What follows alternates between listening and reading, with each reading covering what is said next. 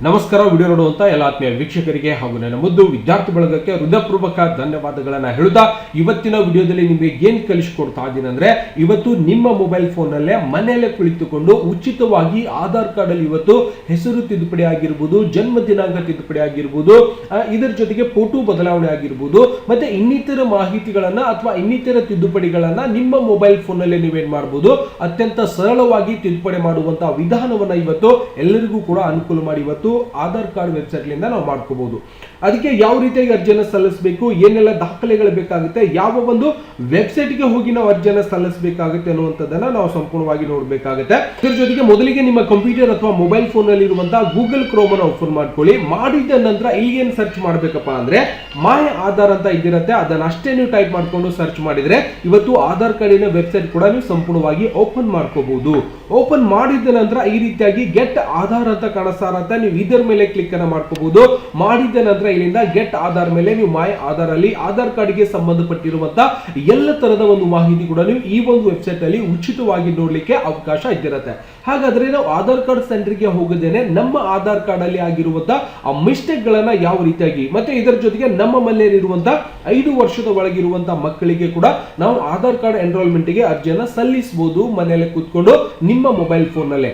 ಅವಾಗ ಏನ್ ಮಾಡ್ಬೇಕಾಗುತ್ತೆ, ಮೈ ಆಧಾರ್ ಮೇಲೆ ಹೋಗ್ತಿದ್ದಾನೆ, ಇಲ್ಲಿಂದ ಡಾಕ್ಯುಮೆಂಟ್ಸ್ ಅಪ್ಡೇಟ್ ಮಾಡ್ಕೋಬಹುದು, ಜೊತೆಗೆ ಚೆಕ್ ಆಧಾರ್ ಅಪ್ಡೇಟ್ ಸ್ಟೇಟಸ್ ನೋಡ್ಕೋಬಹುದು, ಜೊತೆಗೆ ಎನ್ರೋಲ್ಮೆಂಟ್ ಅಪ್ಡೇಟ್ ಫಾರ್ಮ್ ಅನ್ನ ನಾವು ಸಂಪೂರ್ಣವಾಗಿ ತಗೋಬಹುದು. ಅಂದ್ರೆ ಆಧಾರ್ ಕಾರ್ಡ್ ಮಾಡಿಸಬೇಕಾಗಿದೆ ಒಂದು ಫಾರ್ಮ್ ಅನ್ನ ಕೊಡ್ತಾರೆ ನಮ್ಗೆ, ಆಧಾರ್ ಕಾರ್ಡ್ ಅನ್ನ ಅಂದ್ರೆ ಮಾಡಿಸ್ಲಿಕ್ಕೆ ಒಂದು ಫಾರ್ಮ್ ಅನ್ನ ಭರ್ತಿ ಮಾಡಬೇಕಾಗತ್ತೆ ತಿದ್ದುಪಡಿಗೆ ಅಥವಾ ಇನ್ನಿತರಗೂ ಕೂಡ ಈ ಒಂದು ಫಾರ್ಮ್ ಅನ್ನ ಡೌನ್ಲೋಡ್ ಮಾಡಬಹುದು.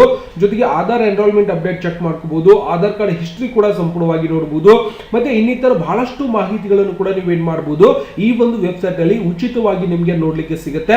ನಿಮ್ಗೆ ಯಾವ ಒಂದು ಮಾಹಿತಿಯನ್ನು ನೋಡ್ಬೇಕಾಗಿದೆ ಅದೆಲ್ಲವನ್ನು ಕೂಡ ನೋಡಬಹುದು. ಜೊತೆಗೆ ಇವತ್ತು ನಿಮ್ಮ ಒಂದು ಬ್ಯಾಂಕಿಗೆ ಆಧಾರ್ ಕಾರ್ಡ್ ಸೀದಾ ಆಗಿದೆಯಾ ಇಲ್ಲ ಅನ್ನೋದು ಕೂಡ ನೀವೇನ್ ಮಾಡಬಹುದು.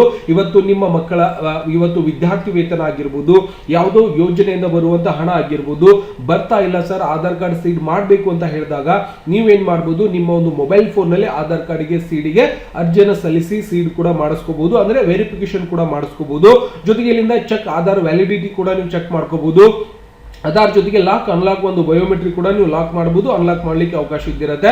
ಮತ್ತೆ ಇನ್ನಿತರ ಬಹಳಷ್ಟು ಸುವಿಧಾಗಳನ್ನು ಕೂಡ ನಾವೇನ್ ಮಾಡ್ತೀವಿ ಆಧಾರ್ ಕಾರ್ಡ್ ವೆಬ್ಸೈಟ್ ಅಲ್ಲಿ ನೋಡ್ತೀವಿ.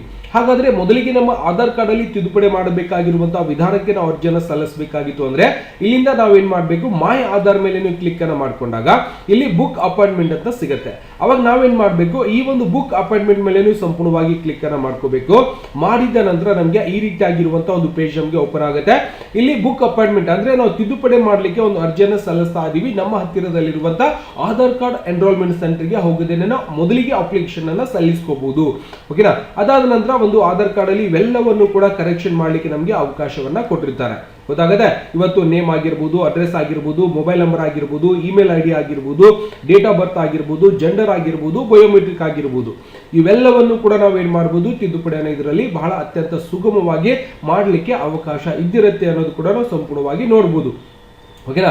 ಅದಾದ ನಂತರ ಕೆಳಗಡೆ ಬುಕ್ ಅಪಾಯಿಂಟ್ಮೆಂಟ್ ಯುಐಡಿ ಅಂತ ಇದ್ದಿರುತ್ತೆ. ನಿಮ್ಮ ಹತ್ತಿರದಲ್ಲಿರುವಂತಹ ಸಿಟಿಗಳ, ಅಂದ್ರೆ ಇಲ್ಲಿ ಮೆಟ್ರೋ ಸಿಟಿಗಳ ಹೆಸರು ಮಾತ್ರ ವಿಸಿಬಲ್ ಆಗಿರುತ್ತೆ, ಅಂದ್ರೆ ದೊಡ್ಡ ದೊಡ್ಡ ಸಿಟಿಗಳ ಮಾತ್ರ ಇಲ್ಲಿ ನಮಗೆ ಕಾಣಿಸ್ತಾ ಇರುತ್ತೆ. ಬೆಂಗಳೂರು ಆಗಿರ್ಬೋದು, ಮತ್ತೆ ಇಲ್ಲಿಂದ ಬೇರೆ ಬೇರೆ ಊರು ದಾವಣಗೆರೆ ಆಗಿರ್ಬೋದು, ಓಕೆ, ಈ ರೀತಿಯಾಗಿ ದೊಡ್ಡ ಜಿಲ್ಲೆಗಳ ಹೆಸರನ್ನ ತೋರಿಸ್ತಾ ಇರುತ್ತೆ. ಹುಬ್ಳಿ ಆಗಿರ್ಬೋದು.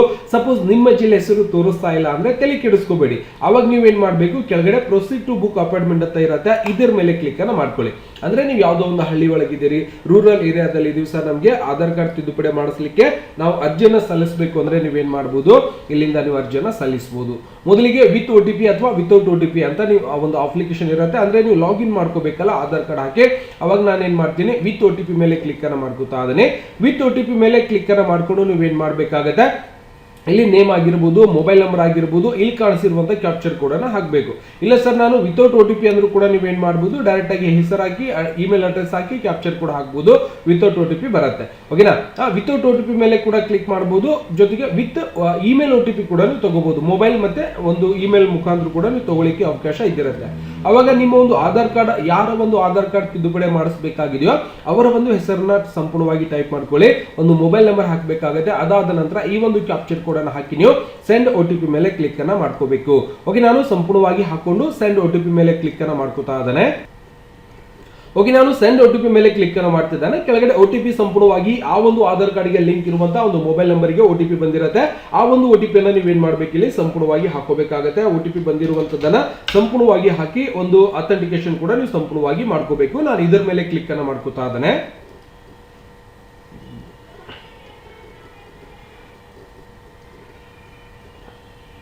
ಈ ರೀತಿಯಾಗಿ ನಮಗೆ ಒಂದು ಅಪಾಯಿಂಟ್ಮೆಂಟ್ ಪೋರ್ಟಲ್ ಓಕೆ ನೋಡಬಹುದು. ನಾವು ಲಾಗಿನ್ ಅನ್ನ ಸಂಪೂರ್ಣವಾಗಿ ಮಾಡ್ಕೊಂಡಾಗ ನಮಗೆ ಈ ರೀತಿಯಾಗಿ ಒಂದು ಪೇಜ್ ಕೂಡ ಸಂಪೂರ್ಣವಾಗಿ ಓಪನ್ ಆಗುತ್ತೆ. ಅಂದ್ರೆ ಇದರ ಒಂದು ವಿಧಾನವನ್ನ, ಅಂದ್ರೆ ಇದರ ಒಂದು ಸದುಪಯೋಗವನ್ನ ಯಾವಾಗ ನಾವು ಪಡ್ಕೋಬೇಕು ಅಂದ್ರೆ, ನಮಗೆ ಆಧಾರ್ ಕಾರ್ಡ್ ಸೆಂಟರ್ಗೆ, ಅಂದ್ರೆ ಆಧಾರ್ ಕಾರ್ಡ್ ಎನ್ರೋಲ್ಮೆಂಟ್ ಮಾಡುವಂತ ಒಂದು ಸೆಂಟರ್ಗೆ ಹೋಗದೇನೆ ನಾವು ಏನ್ ಮಾಡಬಹುದು, ಒಂದು ಅಲ್ಲಿ ಹೋಗಿ ಬೆಳಗ್ಗೆಯಿಂದ ಸಾಯಂಕಾಲ ತನಕ ಕೂಡ ನಾವು ಪಾಳಿ ಹಚ್ಚಿ ಒಂದು ಆಧಾರ್ ಕಾರ್ಡ್ ಅಪ್ಡೇಟ್ ಅನ್ನ ಮಾಡಿಸ್ಕೋಬೇಕಾಗುತ್ತೆ.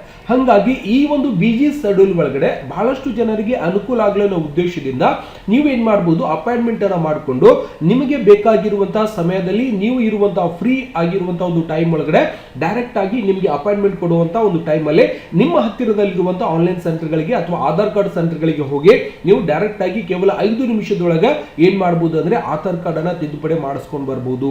ಅಂದ್ರೆ ಡೈರೆಕ್ಟ್ ಆಗಿ ಇವತ್ತು ಎಲ್ಲರಿಗೂ ಕೂಡ ಸಾರ್ವಜನಿಕರಿಗೆ ಅಲ್ಲಿ ಹೋಗಿ ಪಾಳೆ ಹಚ್ಚಿ ಮಾಡಿಸೋ ಬದಲಿ ನೀವು ಆನ್ಲೈನ್ ಒಳಗೆ ಅರ್ಜಿಯನ್ನು ಸಲ್ಲಿಸಿ ನಿಮಗೆ ಯಾವಾಗ ಒಂದು ಟೈಮಿಂಗ್ ಕೊಡ್ತಾರೆ ಆ ಒಂದು ಟೈಮಿಗೆ ಹೋಗಿ ನೀವು ಡೈರೆಕ್ಟ್ ಆಗಿ ನಿಮ್ಮ ಪಾಳೆ ಇದ್ದಿರುತ್ತೆ ನೀವು ಮಾಡಿಸ್ಕೊಂಡು ಬರಬಹುದು ಅಂತೇಳಿ ಈ ಒಂದು ವಿಧಾನವನ್ನ ಕೊಟ್ಟಿರುವಂತದ್ದು.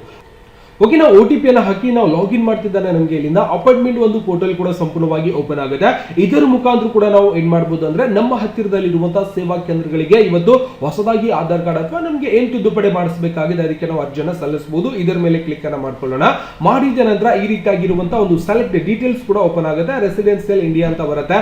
ಇಲ್ಲಿಂದ ಗ್ರೂಪ್ ಅಂದ್ರೆ ನಿಮ್ಮ ಒಂದು ವಯಸ್ಸು ಕೂಡ ನೀವು ಸೆಲೆಕ್ಷನ್ ಮಾಡ್ಕೋಬಹುದು. ಅಬೋ 18 ಇತ್ತು ಅಂದ್ರೆ ಸೆಲೆಕ್ಷನ್ ಮಾಡ್ಕೊಳ್ಳಿ. ಇಲ್ಲಿ ಯಾವ ಸರ್ವಿಸ್ ನೀವು ತಗೋತಾ ಇದ್ದೀರಿ ಅಂದ್ರೆ ನನಗೆ ಹೊಸ ಆಧಾರ್ ಕಾರ್ಡ್ ಆಗಿರ್ಬೋದು ಅಥವಾ ಆಧಾರ್ ಕಾರ್ಡ್ ಅಲ್ಲಿ ಏನ್ ತಿದ್ದುಪಡಿ ಮಾಡಿಸಬೇಕಾಗಿದೆ ಅದೆಲ್ಲವನ್ನು ಕೂಡ ನೀವು ಸೆಲೆಕ್ಷನ್ ಮಾಡ್ಕೋಬಹುದು.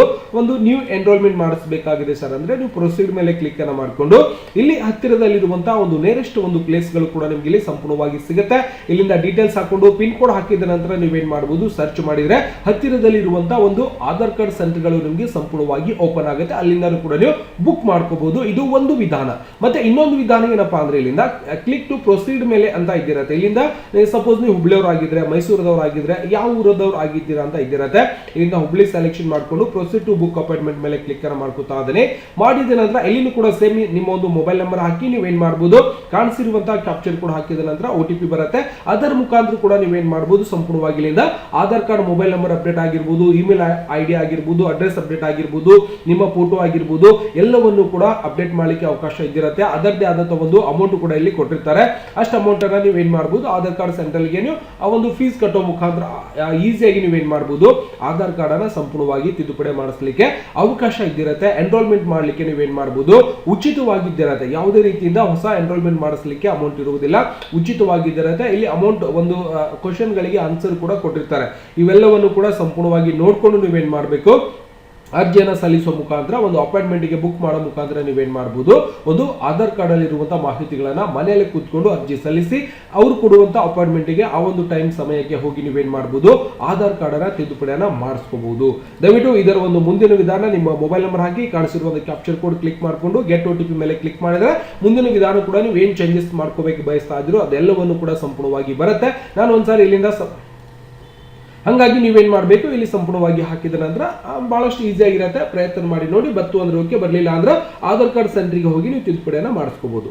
ಮತ್ತೆ ಸಿಗೋಣ ಮುಂದಿನ ವಿಡಿಯೋದಲ್ಲಿ. ನಮಸ್ಕಾರ. ವಿಡಿಯೋ ನೋಡುವಂತ ಎಲ್ಲ ಆತ್ಮೀಯ ವೀಕ್ಷಕರಿಗೆ.